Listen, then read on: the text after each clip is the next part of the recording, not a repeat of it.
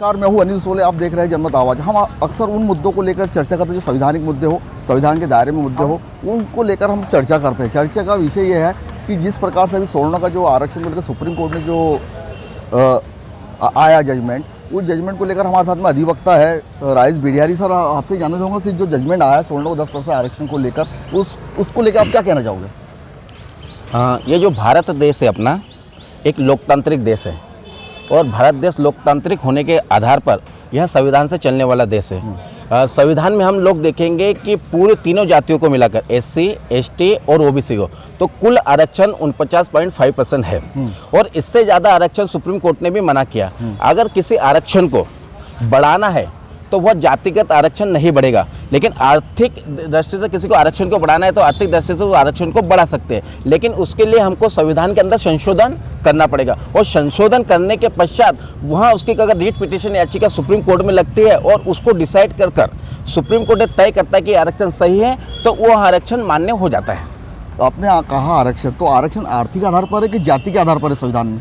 संविधान के अंदर जो 49.5% का जो आरक्षण है, आरक्षण के ऊपर रूपरेखा अगर बात करें तो जैसे मैं बता रहा हूँ, थोड़ा सुनो, 49.5% आरक्षण है तो उसमें अनुसूचित जाति को 15%, अनुसूचित जनजाति को 7.5% और OBC को 27%, ऐसे 49.5% आरक्षण है। इसके आधार पर जातिगत आरक्षण सुप्रीम कोर्ट या संविधान में कहीं पर भी बढ़ाने की आवश्यकता नहीं है, लेकिन उस समय जब संसद में प्रधानमंत्री नरेंद्र मोदी द्वारा जो सवर्णों को 10% आरक्षण दिया गया, वहाँ जातिगत आरक्षण ना होते हुए वो आर्थिक रूप से आरक्षण है, जिसके अंदर उन्होंने संसद के अंदर पूरा एक प्रारूप तैयार करके पेश किया गया। उस प्रारूप के अंदर शर्त रखी है कि ये आरक्षण आर्थिकत है, लेकिन कैसे लागू होगा तो उसके अंदर आप पढ़ो। परम पूजनीय बाबा साहब अम्बेडकर ने भी जब संविधान के निर्माता की गई थी तो उसमें भी जो जातिगत आरक्षण 49% दिया गया था, तो उन्होंने भी उस समय संविधान में लिखा था कि हर 10 साल के अंदर आरक्षण की समीक्षा होनी चाहिए। और अभी भी जो 10% 10 साल कितने प्रकार के आरक्षण है? जातिगत आरक्षण सिर्फ एक ही प्रकार का आरक्षण है और जो अभी आरक्षण बनाया गया है वो आर्थिक रूप से आरक्षण है। आरक्षण कितने प्रकार के हैं? अगर हम बात करें जैसे 10 साल के लिए आरक्षण की उन्होंने बात करी तो 10 साल उस समय जो पिछड़ी जाति के लोग थे, उन पिछड़ी जाति को लोगों को मुख्य धारा में लाने के लिए 10 वर्ष के लिए आरक्षण दिया गया था और इस 10 वर्ष के अंदर उनके जातिगत वो नहीं होती है तो फिर से इसको बढ़ाया जा सकता है। मैं राजेश भाई आपसे जानना चाहूँगा कि आरक्षण जो है आर्थिक, एक जो है शिक्षा का आरक्षण है, एक राजनीति आरक्षण है, आरक्षण में प्रमोशन का, नौकरी में आरक्षण है एक, और ये तमाम 4 प्रकार का आरक्षण है कि राजनीति आरक्षण जो है 10 साल का है। तो ये तमाम अलग अलग इसमें है, लेकिन एक को जिस प्रकार से आया कि 10 साल का। दूसरा एक मैटर है, अभी आपने कहा कि उनको भागीदारी मिलना चाहिए, तो OBC की जनसंख्या भारत में 60 से 70% है, उनको 27% आरक्षण, वो कई साल से आरक्षण अपनी मांग कर रहे कि हमको संख्या के नाम से हमें भागीदारी, हमको आरक्षण मिलना चाहिए, तो इनके लिए 50% का टारगेट आया था। ऐसा क्यों? तो OBC के साथ में ऐसी इस प्रकार से OBC को पूरा उनकी संख्या के हिसाब से क्यों नहीं? जब संविधान कि अपनी निर्माण हुआ था, जब संविधान का, उस समय से ही जाति के आधार पर जैसे देखेंगे, नहीं जाति के आधार पर आप देखेंगे कि अनुसूचित जाति को भी देखोगे तब 15% नहीं, संख्या के हिसाब से नहीं, फिर भी आप देखोगे जातिगत आरक्षण के हिसाब से तो OBC को सबसे ज्यादा 27% आरक्षण है। उनकी संख्या कितनी है? नहीं, संख्या के आधार पर हो सकता है, लेकिन संख्या के हिसाब से उनको तो भारत का संविधान ही बोलता है कि जिसकी जितनी संख्या भारी उसकी उतनी भागीदारी, तो उनकी भागीदारी के हिसाब से क्यों नहीं? ऐसा कभी उस समय की गवर्नमेंटों को लगता है, अगर उनको गवर्नमेंटों को लगता है कि OBC की संख्या ज़्यादा, इनको आरक्षण बनाता है, तो वह भी संविधान में 104वां संशोधन करके उनका आरक्षण को बढ़वा सकता है, तो उनको लगता है। तो OBC ने क्या करना चाहिए कि भाई उनको OBC ने करना चाहिए कि वास्तव में उनको आरक्षण कम है, ये है, तो उनको आंदोलन करना चाहिए, सरकार से मांग रखना चाहिए, अड़ना चाहिए, करना चाहिए और उनका हक की लड़ाई के लिए उनको आंदोलन करना चाहिए, लड़ना चाहिए। तो इसका मतलब मंडल की जरूरत अभी फिर से पड़ेगी, मतलब मंडल कमीशन जिस प्रकार से मंडल की लड़ाई लड़ी थी, इस प्रकार से OBC ने फिर से सड़कों पर आकर लड़ाई लड़ना चाहिए अपने अधिकारों को लेकर।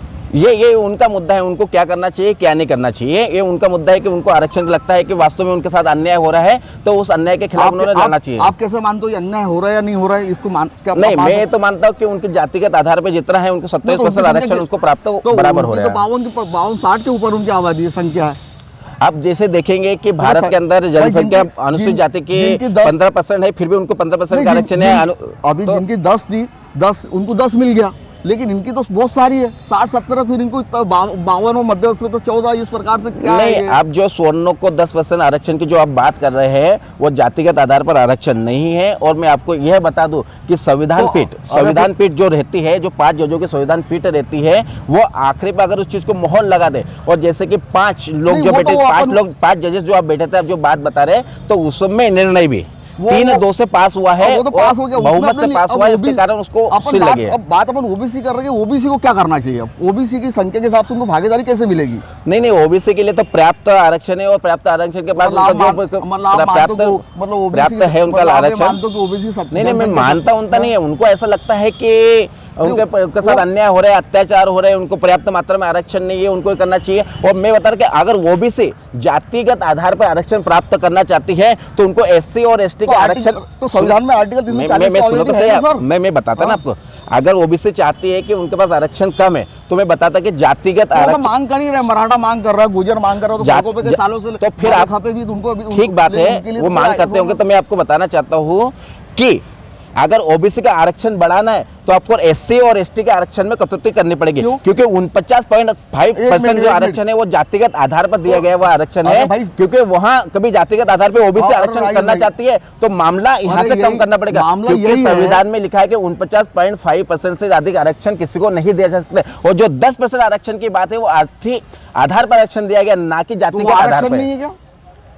आर्थिक आधार पर आरक्षण है, अलग अलग प्रकार के आरक्षण होते हैं। अलग अलग प्रकार से कैसे आरक्षण होंगे? संविधान ही जाति के आधार पर आरक्षण, तो अलग अलग कैसे? दूसरा आप ये कह रहे हो कि जब ओबीसी की जनगणना ही नहीं होगी और माननीय सर्वोच्च न्यायालय की मोहर लगने के बाद इस विषय पर बातचीत भी करना उचित प्रतीत नहीं होता है। ओबीसी की जनसंख्या जब तक जनगणना नहीं होगी तो ओबीसी का कोटा निर्धारण कैसे? ओबीसी जनगणना ही नहीं हो रही, क्योंकि आर्टिकल 340 ये बोलता है। नहीं, ओबीसी को उनके संख्या के हिसाब से आरक्षण क्यों नहीं? ये सवाल है। आरक्षण सब मैं बोलता रहा हूँ कि आरक्षण अगर ओबीसी को अगर बढ़ाना है 70% तो अनुसूचित जाति और अनुसूचित जनजाति का आरक्षण घटाना पड़ेगा, क्योंकि संविधान में अगर वास्तव में जनगणना 31 के अंदर अनुसूचित जाति की हुई है और आदिवासी की, तब इसलिए उनकी संख्या के हिसाब से उनको 15 और 7.5 मिला। इनकी ओबीसी जनगणना इसलिए हुई ना भैया। मैं आपको ये बताना, जनगणना मोदी सरकार क्यों नहीं कराना चाहती ओबीसी जाति की जनगणना? क्या वजह क्या है? मैं आपको इस देश में गधों की होती है, घोड़ों की होती है, लेकिन ओबीसी की नहीं होती, क्या वजह क्या है? मैं आपको बताना चाहूँगा, आप ये बताइए कि क्यों नहीं होती। मैं आपको ये बताना चाहूंगा कि जनगणना के अंदर लगभग उनका फिगर नहीं आएगा कि ओबीसी भारत में है कितना, तभी तो उनको उनके संख्या के हिसाब से भागीदारी मिलेगी। अगर आप सुनना चाहोगे तो सुनिए मेरे को। अब मैं आपको बताना चाहूंगा कि किसी भी जातिगत जनगणना भारत के अंदर होने का, और जनगणना हो रही है ना नहीं, देश में सुनो तो सही, आप मेरे को पता हो रही है जातिगत जनगणना कहीं पर भी नहीं होती है। अरे क्या बात करो, बिहार में पास हुआ, लेकिन भारतीय जनगणना जो 2011 के बाद भारतीय जनगणना जो उस समय भारत देश गुलाम था, जब से भारत देश गुलाम आजादी हुआ उससे उस समय के बाद से भारत में जातिगत जनगणना नहीं हुई है। फिर सोर्णों को 10 दे दिया, सोर्णों की जनसंख्या सामने आ गई, सोर्णों को 10% दिया गया। नहीं, ये तो आपके मेरे बताए हुए आंकड़े हैं, वो तो आर्थिक आधार पर दिया गया। ओबीसी का कैसा होगा? मैं बता रहा हूँ ना, सुनो तो सही आप कि ओबीसी की जातिगत जनगणना के आधार पर बता नहीं सकते। अब ये तमाम बातों को लेकर बात ये जानना चाहता हूँ कि ओबीसी की जाति जनगणना होना चाहिए कि नहीं होना चाहिए, इस पर आपके हाँ या नहीं जवाब, आप क्या कहना चाहोगे? नहीं, जनगणना के जो भारत सरकार ने जो कॉलम बनाया है, होना चाहिए नहीं होना चाहिए? भारत जातिगत जनगणना नहीं होना चाहिए। चलो ये थे भाई, ये कह रहे हैं कि ओबीसी की जाति की जनगणना नहीं होना चाहिए, और हमारा ये मानना है कि संविधान आर्टिकल 340 जब तक ओबीसी की जाति की जनगणना नहीं होगी तो ओबीसी को अपने हक अधिकार नहीं मिलेंगे, और हक अधिकार मिलेंगे तभी वो शासन सत्ता और प्रशासन में भागीदारी होगा। सहयोगी साथी संतोष पाटिल के साथ में मैं अनिल सोले, देखते रहिए जनता।